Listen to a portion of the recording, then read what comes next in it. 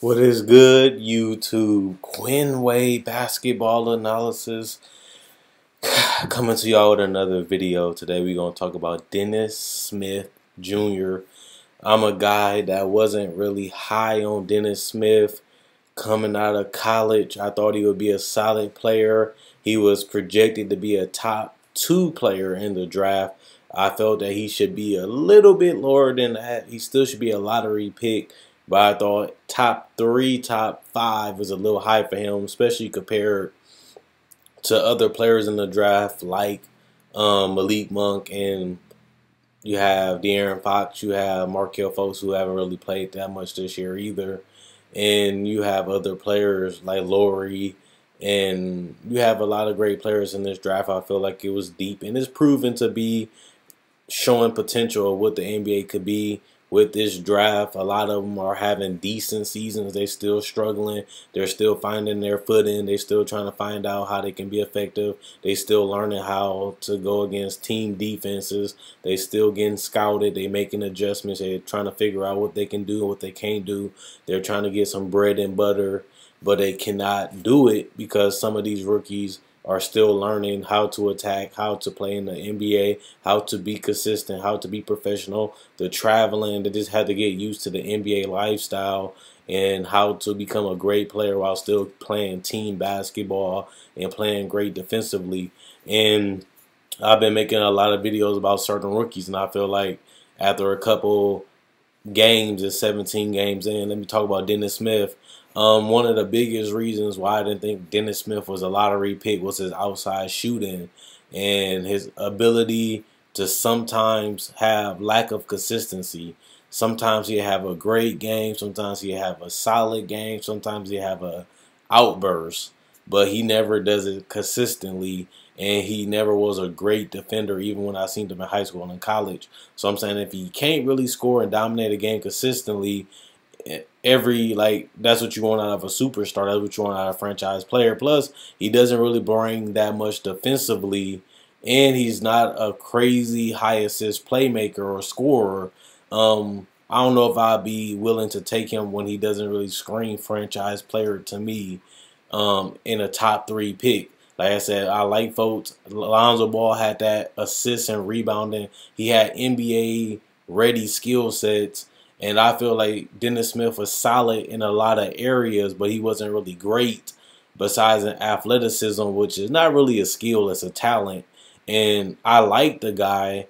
I think he still has potential to be significantly better with the athleticism that he has and the speed that he has and his ability to have high basketball IQ and confidence in certain areas, and his ability to not fear missing, his ability to not fear failing made me see him this year like he has even more potential. One thing I like about Dallas and him going to Dallas is once they drafted him, they knew what they was going to do with him.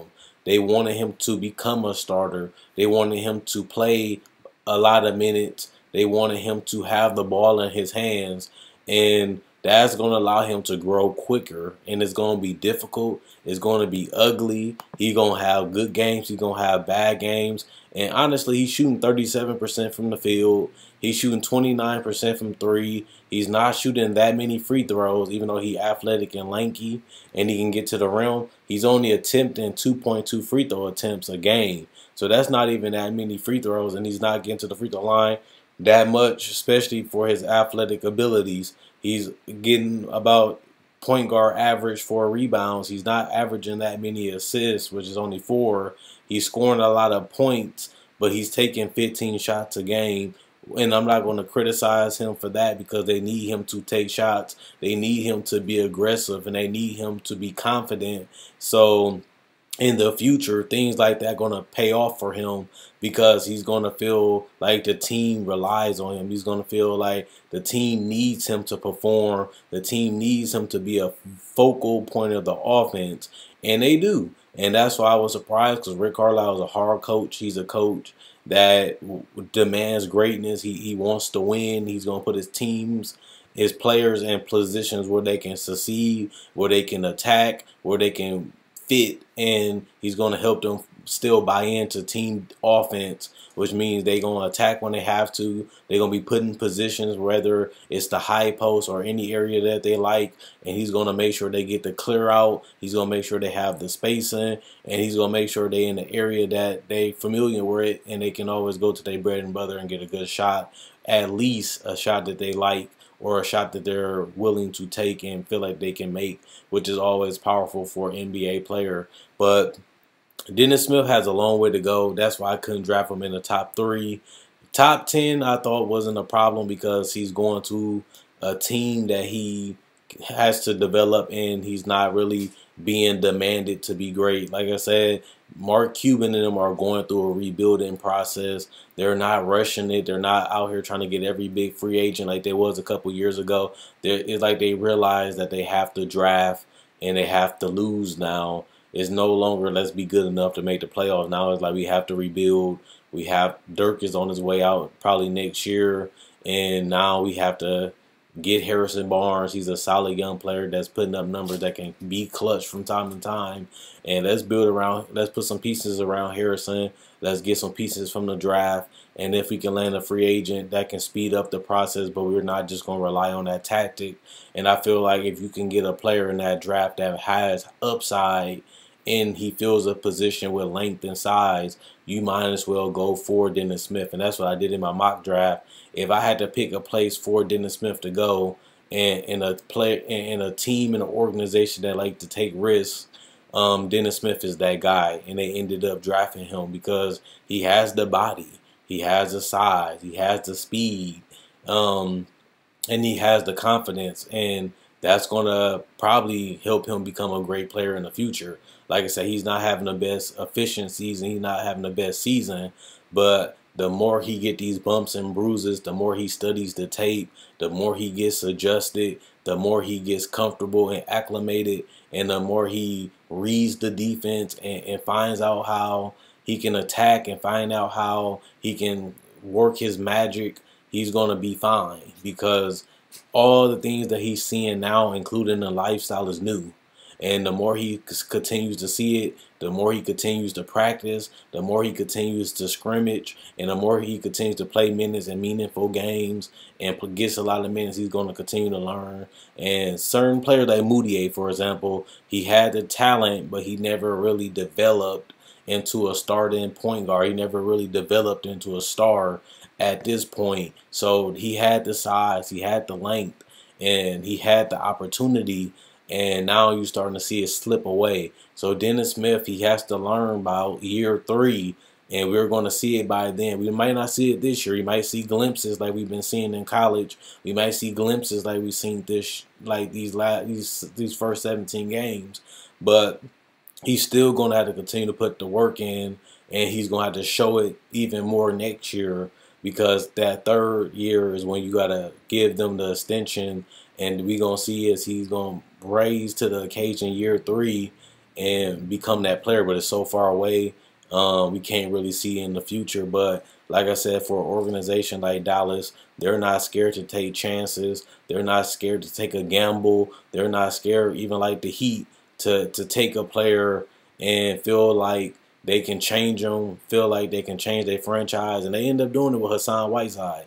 He was a guy that nobody cared about. Nobody was trying to sign. The Heat took a gamble on him, and he paid off. And at the end of the day, he's one of the better centers and better players in the league. And Dennis Smith, he might not have been a top 5, top 7 pick, but he still has talent, and he still has huge upside. And Dallas wasn't scared to take the chance. They wasn't scared to take the gamble, and they made him a starter. They gave him the minutes, and they allowed him to play and learn like that. And that's the perfect opportunity for a guy like Dennis Smith. Obviously, you want to be one of the top picks, but it didn't work out that way. But he still kept his head up high, and he fell into a place that he has the opportunity to start, get a lot of minutes, and put up numbers and put up shots. And they need him to be aggressive. They need him to attack, and they need him to continue to develop, because he's going to be a big part of that offense and a big part of the team in the future if he continues to develop and continue to learn and continue to get better he can get the minutes, he can get opportunities to be a star. And that's certain positions, like De'Aaron Fox was coming off the bench at one point, and Markelle Fultz coming off the bench, and Dennis Smith came in day one, starting right away. So the position was perfect for him. So he got to look at, count my blessings. Hey, I might not have been a top pick, but at least I'm starting and getting a lot of minutes and playing in the fourth quarter. So can't have it all, but at the same time, he has an opportunity to show his talent and the opportunity to grow. So let me know what you guys think. Is Dennis Smith a superstar to you guys? Can he become a superstar? Can he become one of the top point guards in the league? Can he be a franchise player? Can he change a franchise? Is the guy going to be a superstar? Is he going to be a bust? Or do you think he's just going to be a backup point guard? Or you think he's going to be like Trey Burke, one of a later top 10 pick that may not be able to adjust to the NBA game and become more of a bust? Because we can see that in Alonzo, then we see the superstar Alonzo, but we really don't know how these players are going to be year 2, year 3, year 4. And they have multiple years to get it right. They have multiple years to grow. So you can't give up on them right away. These kids 19, 20, 21 years old, and they never played in the NBA. They never played against this type of talent on a daily basis until now. So it takes a process, it takes time, and it takes understanding and patience for these players. So check out my website at NasisPlayground.com. Link in the description, comment section below. Click the link, it's sent to my website. Click the link, it's sent to my Facebook page. Like on Facebook to show support. And Quinn Wade, Basketball Nasis, sign out. Let me know what you guys think about Dennis Smith Jr. in the comment section below.